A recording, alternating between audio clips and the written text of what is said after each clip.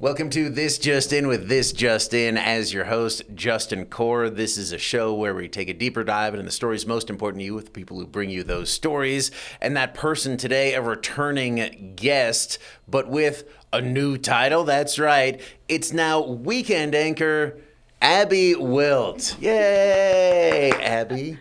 Thank you for being here. Of course. Thank you for having me. Appreciate it. So we're going to talk about feral cats. We're going to talk about pumpkin patches. And we're going to talk about Abby's incredible football skills. But first, congrats on the new gig. Thank you. Weekend anchor. How pumped are you? Very excited. I've been going for about a month now. Nothing crazy has happened, so Sorry, that's good. I'm late to the party. No, it's but okay. Yes. No, I'm really excited about it. Anchoring's always been kind of what I wanted to do and wanted to step into this role. So I'm really excited about it and grateful to be doing it. So I also way back in the day, was the weekend anchor here. I know what I liked about it. What do you like about doing the weekends?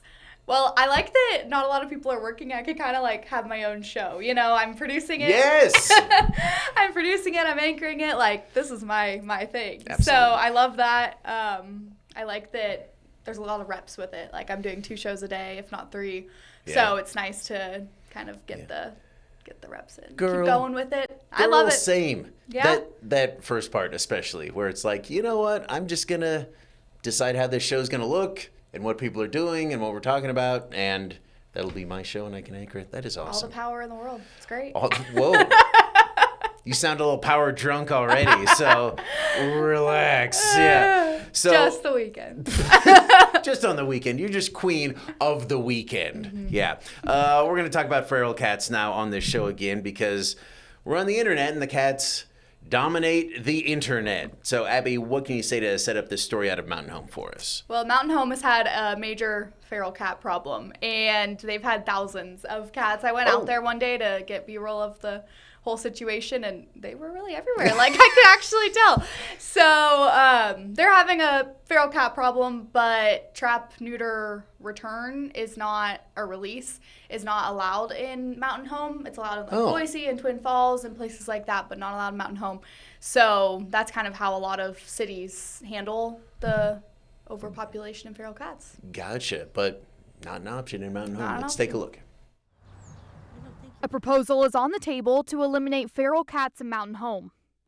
We really looked at this with the objective of multiple facets. To list a few of the objectives here: to reduce the feral feline colonies and the feral colony volume within the city of Mountain Home. Mountain Home City Council laid out an amendment to its current statutes allowing trap, neuter, release, but with strict rules.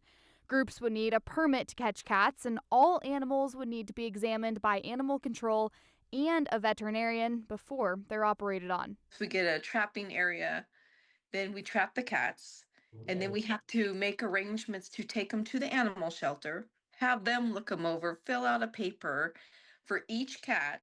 They would also need to pay $2 to animal control for every cat they catch.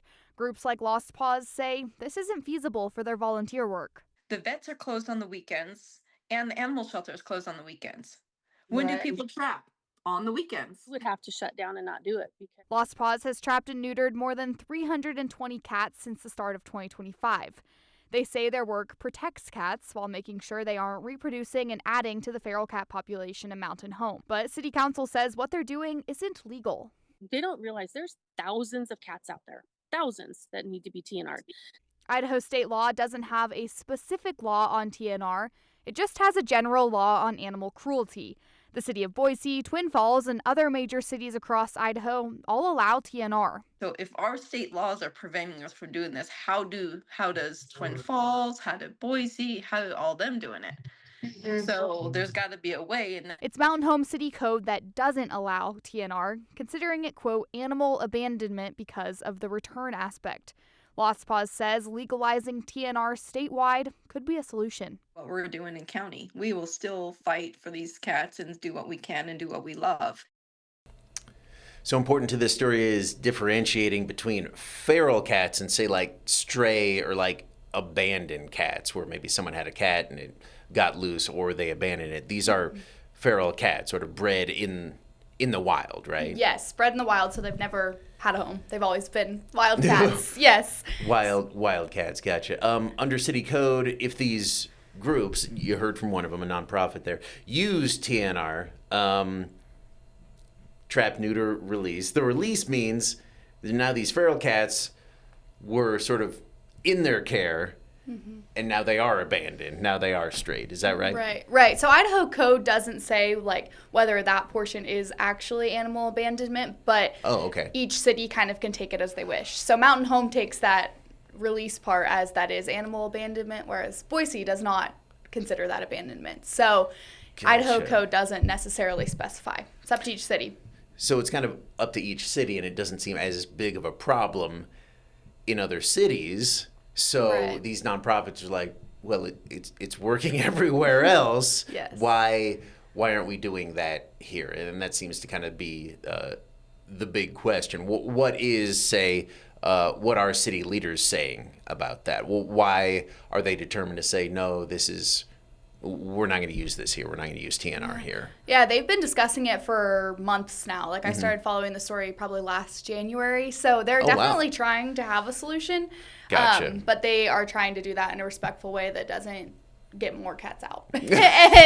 Right. So they're working on it. They're trying to work with the nonprofits too and kind of keep everyone happy. And they know it's a problem too, the feral cats. When I've spoken with the city, they know that that's definitely something they need to get under control. So they're figuring it out. Well, you talked about that Lost Paws says they've already trapped, neutered 320 cats this year, which sounds like a lot until you're like, no, there are thousands out there. Yeah. I mean, 320 is definitely a large number, but when there are thousands wandering, just a little portion. Yeah, and cats multiply. Not necessarily like bunnies, but still, yeah. Well, kind of like bunnies. It's kind of like bunnies. It's a hobby of theirs. So if people wanted to do this, they would have to jump through a lot of hoops. And I was thinking about it, I'm like, man, why don't they just allow this? But I also understand that they don't want to encourage or legalize animal abuse as well. So there's some level of regulation you need to have there. Right. It can't be a free-for-all, but also there has to be a solution. So that's what the city's working through and trying to figure out. Yeah, and these volunteer groups, they would have to pay animal control for every single cat that they catch. It seems like a small payment. What was it, like a couple bucks? $2 per cat, but the nonprofits are not bringing any money in. Because, so.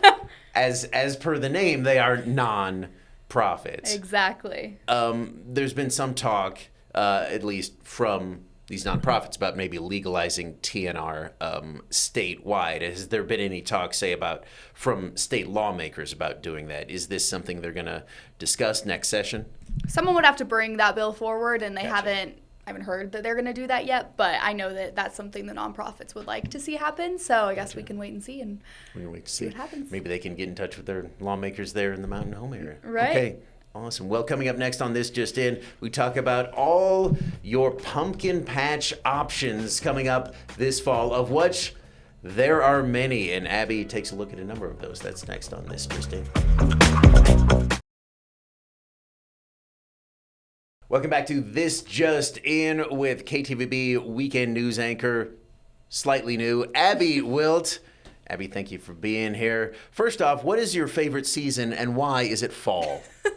Well, my favorite season is actually winter. Boo! Winter or spring. Boo! However, fall is... Winter or spring. So fall is a stepping stone to those. It's in your top 3 seasons. Fall is fantastic. Yes. Maybe not even that. It may be your least favorite season. It might be. Wow. However, I love the winter because there's an activity. I love the spring because there's still an activity skiing and spring You're skiing. You're a skier, yes. Sure, absolutely. So fall gets me closer to that. So I like it for that reason. I mean, there are some areas where you can ski in the fall. Yeah. Not here. But it's not here, I guess. Yeah, but it's coming. It's coming. And I do like fall. I like the change of seasons. I love the leaves. I like the smells. I like the food. Okay. Well, fantastic. You already blew through my next question there. So maybe it's a good thing that you're putting a critical eye on a big fall activity, pumpkin patches, corn mazes, etc. You toured around many of those in the area. Let's take a look at that. Whether you're ready to go head to the pumpkin patches or get lost in a corn maze like I am, we'll tell you all of the best places that you should go this fall. We want people to see agriculture in action in the state of Idaho, but even more locally here in the Treasure Valley. For farmers across the Treasure Valley, fall isn't just crisp leaves and pumpkin spice lattes. 10 Mile Farms is literally a working farm. I irrigated the corn all year. I grew wheat on this property. For the Seegersmas, it's about seeing their year of hard work pay off and sharing what they've grown with the community. That's really blending a passion of family fun memories, but also education around agriculture in our state. This year, they turned their farm into a family-friendly destination with a pumpkin patch and a corn maze in the shape of Idaho. It's got some mountains and a rising trout rising to a fly fishing fly. And there's 3 mazes in there. They say it's their way of giving the community a place to enjoy the fall season while learning more about the Treasure Valley's newest farm destination, 10 Mile Farm. I grew up in agriculture, and I want my kids to be able to experience that as well. From a hay bale slide to wagon rides to a mini maze, they say it's a place to get lost in. There's nothing better than just being outside and letting your kids just be a kid, and that's really what we hope to accomplish here, is to just have kids come and just be a kid, get a little dirty, rub their fingers in some dirt, get lost in a maze, go down a slide, just without the distractions. No distraction makes for a great space to find the perfect pumpkin too. Jordan Risch owns Jordan's Garden Center with pumpkins of all shapes and sizes lining hay bales this season. People come in and spend a lot of time finding the perfect pumpkin, and some are weird and some are fun and some are perfect, but I think there's the perfect pumpkin for everybody. Jordan grows some of the pumpkins that he sells himself. It's called One Too Many, and it's supposed to resemble a bloodshot eyeball, and so you had just a little bit one too many. And says there's an art to growing, but that Idaho is the perfect place for it. We're very much an agricultural state, so we grow everything from pumpkins to lentils to everything across the board. He sells over 6 semi-loads of pumpkins each year and says the best part is seeing people of all ages coming to the farm, spending time together, and creating family memories. You'll see generations come in, so where you'll have mom, grandma, and children come in picking the perfect pumpkin. Hillary Lowe, who owns Lowe Family Farmstead, says in her 29 years of managing her farm, she's seen picking the perfect pumpkin as not just an adventure, but a bonding experience. We see them kind of slow their pace just a little bit, and it feels like they unwind a bit from what they've got going on in their other life, their regular life. Lowe Family Farmstead sits on nearly 200 acres with a sunflower farm, hay rides, antique tractors, corn poppers, and of course, a pumpkin patch and corn maze. One of the things that our family loves the most is just to invite local families and friends to come visit a farm. But for Lowe, the heart of the patch is about much more than just having a fun fall day. It's about sharing with the community what the Gem State is all about. Farming and agriculture is what our state has been founded on and what is important to our communities. And I think everyone's able to maybe just take a minute to breathe deeper and relax. Whether you're looking for a fall adventure at a small hometown farm or a larger patch, there really is something for everyone here in the Treasure Valley, so you can all go find your perfect pumpkin this year. For Exploring Idaho, Abby Wilt, Idaho's News Channel 7. So I had never thought about this. These spots are about, a lot, having a ton of fun, but also celebrating Idaho's agriculture. What do you think that's important? Right, I not really thought about it much either until I started doing this story, but I think it is really important. So many farmers spend all year crafting up pumpkins and several other things, but then we get to come celebrate it, and I don't think that's something with a lot of other crops that we get to do, like go wander through them and look and, and pick something. So, and sometimes they are growing like right there in the field, so you can see, pumpkins don't come off of trees, which I knew, by the way. Yeah, I raised, no big deal, when I was a kid, the second largest pumpkin at the county fair one time. Did you really? I think there were only like 2 pumpkins in the competition, but still, no big deal. Yeah. How big? may I ask? I mean, not very. I was a child, and my mom did most of the ag work on that pumpkin. But still, I got to keep the ribbon. So, all right, what's your favorite part of a pumpkin patch, Abby? Oh, I like, coming in with some cider, maybe not cider, that's a little hot, but, wandering through. It's, again, the smells, those smell really good. Yeah. Well, maybe not as much in a pumpkin patch, but I feel like it smells average. Okay, so, yes, there are smells and stuff, but it's mostly like around the food area, right? Yeah, I love a pumpkin patch. That's fun. It's a great backdrop, but it's mostly a backdrop for me getting like, I don't know, a funnel cake or like donuts. They have mini donuts there, like fresh out of the fryer. I know it's not healthy. That's okay. I'm burning calories walking around though. And carrying the pumpkin. So, yes, absolutely. Maybe if you have some kids, putting them in a wagon. Strength training, yes, putting the kids in the wagon. And this is something we did. I don't want to say it's my least favorite part, but have you ever but taken family pictures out at a pumpkin patch? Yes, I have done that. And you all gotta sit on the pumpkins, and it's a whole thing. Yeah. Yes, you're all in your sweaters and stuff, and it's like the day we were out there, it was very cold and it was very windy, and it's like, okay, pretend like it's not 30 below, and that you got like this gale force hurricane blowing you in the face. Incredibly. Pictures turned out great. Yeah, they usually do. And they last for a while, They come up every season. I do love a pumpkin patch. Yeah, pumpkin patches Just are puts great. you in the spirit. Mostly because of the food. Even though, again, fall is maybe your least favorite season. Correct. However, I like to thrive in every season. I make the most of it. You do, and look, you're in earth tones right here. A very fall sort of outfit. Fall. Me, not so much, because I don't change based on the season. Do you have any tips to picking the right pumpkin? Okay, so I don't know if this is real, but when you pick a watermelon, you knock on it. Yeah, I do the same with a pumpkin. Are you supposed to do that? Maybe, but what are you listening for?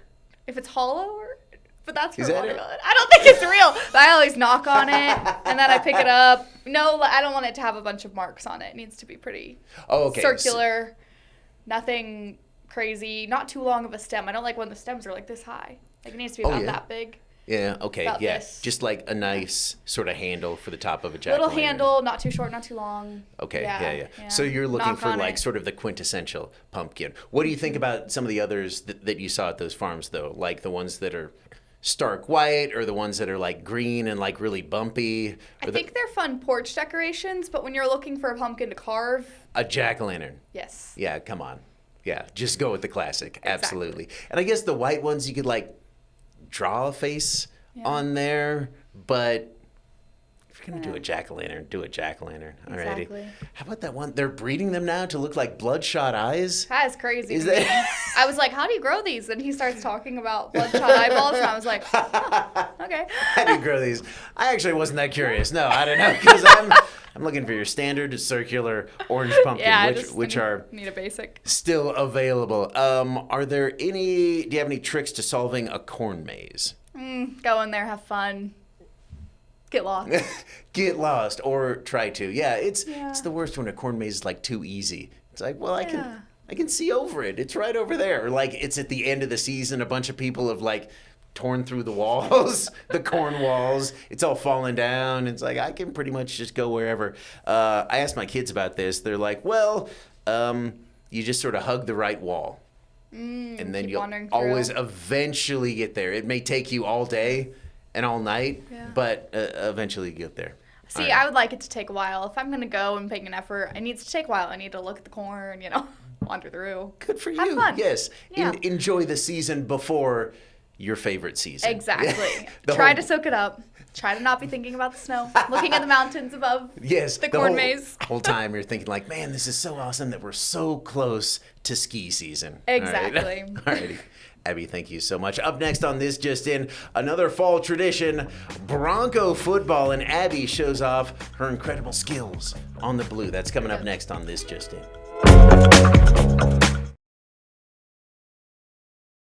Welcome back to This Just In with KTVB Weekend News anchor Abby Wilt and Bronco Football hopeful. And Abby, we were talking about it during the break that whenever we come back from break on this show, I'm always like, looking like this or like looking down at my notes. You were ready. I was ready that time, but the last time I looked like I was sleeping. I promise I wasn't sleeping. JustIN's really fun. I just was like reading, and then I was like.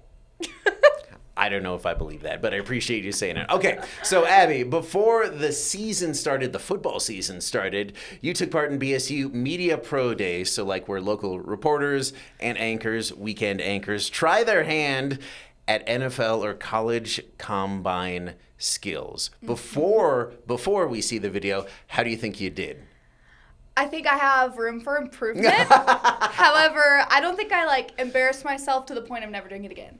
Absolutely not. But we'll see right here. Andy, go ahead and roll it. Let's break down that performance. A 5.3 40. Oh, there you are, getting a high five from Coach Danielson. Impressed him. You kind of get lost here. You almost face plant. Almost. During the shuttle run. Again, Coach Danielson pretending to be impressed. He said, I've never seen anything like that. Good for you taking that as a positive. I've never seen anything like that. You know what? Take it as a positive. Here's the broad jump. That guy almost fell down.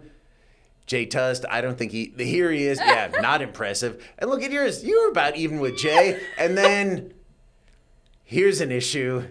It wasn't. You know, if I went to the gym a little more, maybe you're like, I'll just punt it. Here's your field goal. Awesome. Would have been good from 2 out, yeah. And then a little team photo. And look, I am the only girl there. I think that is something to say for impressiveness. Yeah. Here's that 40. Okay. Coach Danielson timing it. He says it was a 5.3, and you were trying to get sub 6. Right? Yeah. That's good. I actually think I got second place in this one. The running wasn't horrible. I absolutely believe it. There you are, just like throwing away the cones for the shuttle run. Again, you sort of got lost. You're like, where do I go now? I don't know. Confusing, yeah. So, but let's go back to that 40 time, because that's really kind of the big time, the big metric. For football players, when you're getting drafted or whatever, a 5.3 40, that is awesome. What do you attribute that? You didn't fall down on the broad jump as well. A 5.3 40, you think it's all the skiing you do? That your quads are just like yoked? I dabble in running, so I would say it's the running. But I'm more of a distance runner. Okay. Not much of a sprinter, but the running I can handle. That kick though, Abby, man. I'm sorry I had to put that on TV again. Yeah. It kind of got off the ground a little bit, though. It almost. I was nervous about, like, hurting my toe, you know? Okay. Well, pro tip, not that I'm a pro at this, you actually don't hit it with your toe. You just, like, hit it with your laces. Yeah, I heard that, but, like, what if I stubbed my toe? While I was going. Oh, was that the problem? You, like, dragged it on the turf? No, I didn't stub my toe. I was just worried I would. So I didn't. I didn't put in my full effort on that. Oh, okay. Gotcha. I'm sure that's it. You didn't want to make the other people there and the other guys feel bad. Exactly. So you're like, I'm gonna just jog through this 40-yard sprint. I'm gonna pretend to get lost on the shuttle run. Exactly. I try to stay humble when I can. That's right. And then on this throw, I'm just gonna drill it right into the ground. Yeah, exactly. Absolutely. So you know how I am. So you make people like Jay Tust not feel so bad. Right. Yeah. Yeah, he needs to keep up his confidence. That's right. It's important for a guy like that. Abby, no lack of confidence here, and no reason to have a lack of confidence. Thank you for being on the show. Thank you for having me. Are you going to be trying out for the Broncos next year? Of course. I think they would be very lucky to have my skills. Yeah, we gotta keep you here though. So. Yeah, but most importantly, I think I bring some entertainment to them, and they might need that. So they might. Hey, it is sports and entertainment there for Bronco Football. Abby, thank you so much. Well, if you have any comments or questions about Abby's performance on the blue, or for maybe how I would do on the blue, by the way, not well. I tried to run a 40 on the blue twice. Didn't finish either time. Fell down both times. Yeah, that's a embarrassing. DNF. You're darn right. It's embarrassing. Well, let's get JustIN out there. Yeah, I would just hopefully finish this third time. We'll see. Maybe next year I'll get out there. Abby, great job as always. You can text us with comments or questions or critiques about me failing in my 40-yard dash. 208-321-5614, hashtag JustIN. Abby, great job as always. We'll see you next time on KTVB Plus.